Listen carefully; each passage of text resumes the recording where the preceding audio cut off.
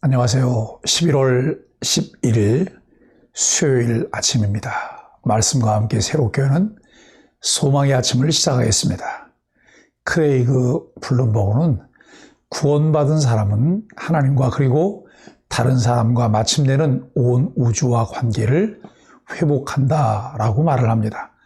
사도행전 4장 1절로 12절까지 말씀을 본문으로 예수님 외에 다른 구원의 길이 있습니까? 라고 하는 주제로 함께 은혜를 나누려고 합니다. 예수님 안에 죽은 자의 부활이 있다고 전하는 사도들을 종교 지도자들이 잡아 가두었으나 그 말씀을 듣고 믿는 자가 약 5천 명이나 됩니다. 이튿날 사도들을 신문하니 베드로가 성령 충만하여 예수님의 죽음과 부활을 전하고 천하 사람 중에 구원받을 만한 이름은 오직 예수님뿐임을 선포합니다. 4장도 3장의 치유 사건에 따른 베드로의 설교와 연결되어 있지만 이야기의 초점이 다릅니다. 3장은 일반 백성들을 상대로 하고 있지만 4장은 사도들의 복음 선포를 반대하는 종교 지도자들을 대상으로 하고 있습니다. 베드로와 요한은 예수님을 재판하는 종교 지도자들 앞에서 예수님처럼 담대하게 그에 대한 증거를 굽히지 아니했으며 그들의 위협에도 불구하고 예수님의 이름으로 복음을 전파하는 일을 쉬지 않았습니다. 사도들의 계속되는 사역에 예루살렘 교회 교인들은 기도로 협력할 뿐만 아니라 한 걸음 더 나아가서 사도들과 같이 하나님 말씀을 예루살렘에서 담대하게 전하게 됩니다. 예루살렘 교회의 모습은 한 공동체로 서해 아름다운 모습을 그대로 간직하고 있습니다. 4장은 사내들인 공회 앞에서의 베드로와 요한의 1차 신문, 예루살렘 교회의 합심기도, 교회의 재물 공유 생활 등 3가지를 다루고 있습니다. 교회의 시작과 더불어 복음이 전파되는 곳에는 어느 한 곳도 쉽고 편하게 복음이 전파되지 않았습니다.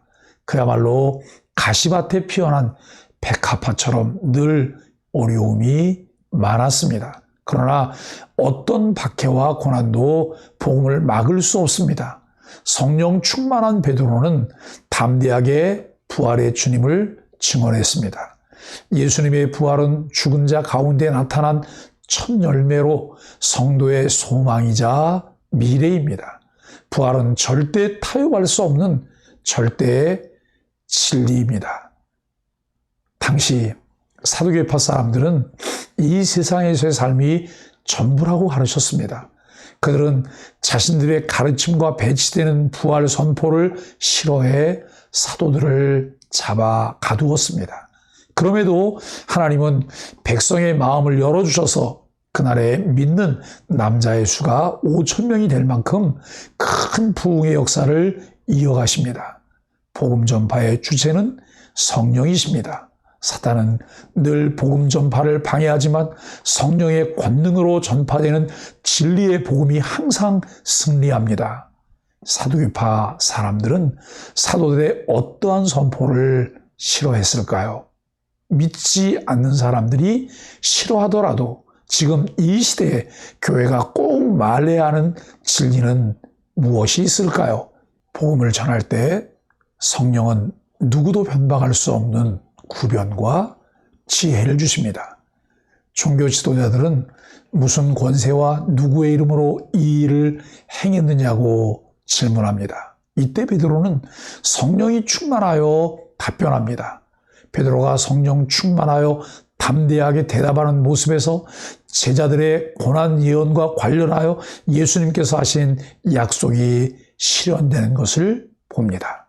베드로는 예수님의 이름으로 행한 선천적인 지체 장애인의 치유 사건과 사내들인의 질문을 연결하면서 담대한 선지자같이 선포합니다.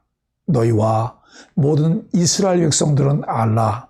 너희가 십자가에 못 박고 하나님이 죽은 자 가운데 살리신 나사렛 예수 그리스도의 이름으로 이 사람이 건강하게 되어 너희 앞에 섰느니라고 엄숙하게 선언했습니다.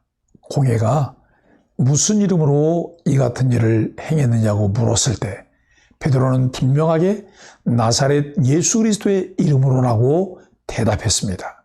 이것은 베드로와 요한이 그를 고칠 때 했던 표현과 동일한 표현입니다. 이어서 신문하던 이들에게 예수님의 충격적인 말씀을 상기시킵니다. 이 예수는 너희 건축자들의 버린 돌로서 집 모퉁이의 머릿돌이 되었느니라고 말합니다. 예수님은 건축자들의 버린 돌이었으나 하나님이 그분을 요긴한 머릿돌로 삼으셨습니다. 건물 짓는데 쓸모없는 것으로 배척된 예수님이 부활로 인해 하나님의 새 언약 백성의 머릿돌이 되었고 그를 배척한 건축자인 하나님 백성의 지도자들은 그의 백성으로부터 잘려나갈 위기에 처해 있습니다. 그 위기에 처해 있는 제사장들과 서기관들이 살아남을 수 있는 유일한 길은 지체 장애인을 고치신 예수 그리스도의 이름을 믿는 길밖에는 없습니다. 베드로는 구원의 절대 진리를 선포합니다.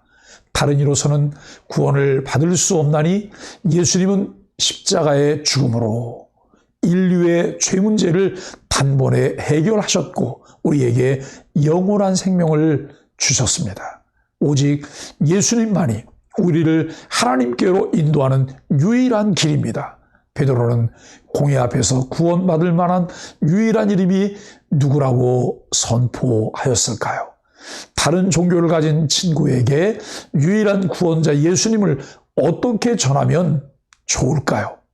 모든 사람은 죄와 허물로 영원히 죽었고 누구도 다른 사람을 영원히 죽지 않게 할 수 없습니다. 그러나 인류의 죄를 담당하고 십자가에서 죽으셨다가 3일 만에 부활해 지금도 살아계신 주님만은 영원합니다. 오직 그분만이 우리의 구원자가 되십니다. 아무리 강하고 신기한 능력을 갖춘 도구라도 아무리 숭고하고 선해 보이는 사람이라도 구원을 줄 수 없습니다. 구원은 하나님이 계획하신 대로 예수님을 통해서만 이루어집니다. 하나님께서 구원을 얻을 만한 다른 이름을 주신 일이 없을 뿐만 아니라 오직 예수 그리스도만이 유일한 길과 진리와 생명이 되시기 때문입니다. 이 선언은 오늘날 종교 다원주의 시대 속에 사는 우리들에게 아주 중요한 의미를 던져주고 있습니다. 구약의 여호와 하나님을 섬기며 그의 이름을 부르는 유대인 종교 지도자들을 향하여 그들이 구원을 받으려면 반드시 예수님의 이름을 불러야 한다는 엄숙한 선포는 아집과 교만으로 가득 찬 독설이라고 이 시대의 사람들은 비난할 수 있을 것입니다. 그러나 우리가 기억해야 할 것은 다른 신이 아닌 구약의 여호와 하나님을 섬겨온 유대인들마저도 예수님을 믿지 아니하면 구원을 받을 수 없다는 베드로의 선언은 성경적인 기독교 외에 세상의 어떤 종교도 구원을 가져올 수 없다는 사실을 절대적으로 선언한 것입니다. 우리는 예수 그리스도께서 재림하실 때까지 2000년 전에 사도 베드로가 목숨을 걸고 선포한 이 진리를 사수하고 세상을 향하여 담대하게 목숨을 걸고 선포해야 할 사명을 새롭게 확인해야 합니다. 그리고 그 선명한 복음을 증거하는 그리스도의 증인으로 살아가게 되기를 주 예수 그리스도 이름으로 간절히 축복합니다. 함께 기도하겠습니다. 현실 문제에 매여 기쁨과 여유가 없습니다. 우울한 마음이 구원의 은혜 하나만으로 기쁨과 감사와 감격이 넘치는 밝은 마음으로 변하게 하소서. 진짜 축복은 이 땅이 아니라 천국에 있음을 기억하고 신자든 불신자든 그 앞에서 오직 예수님의 십자가와 부활만 증거하게 하소서.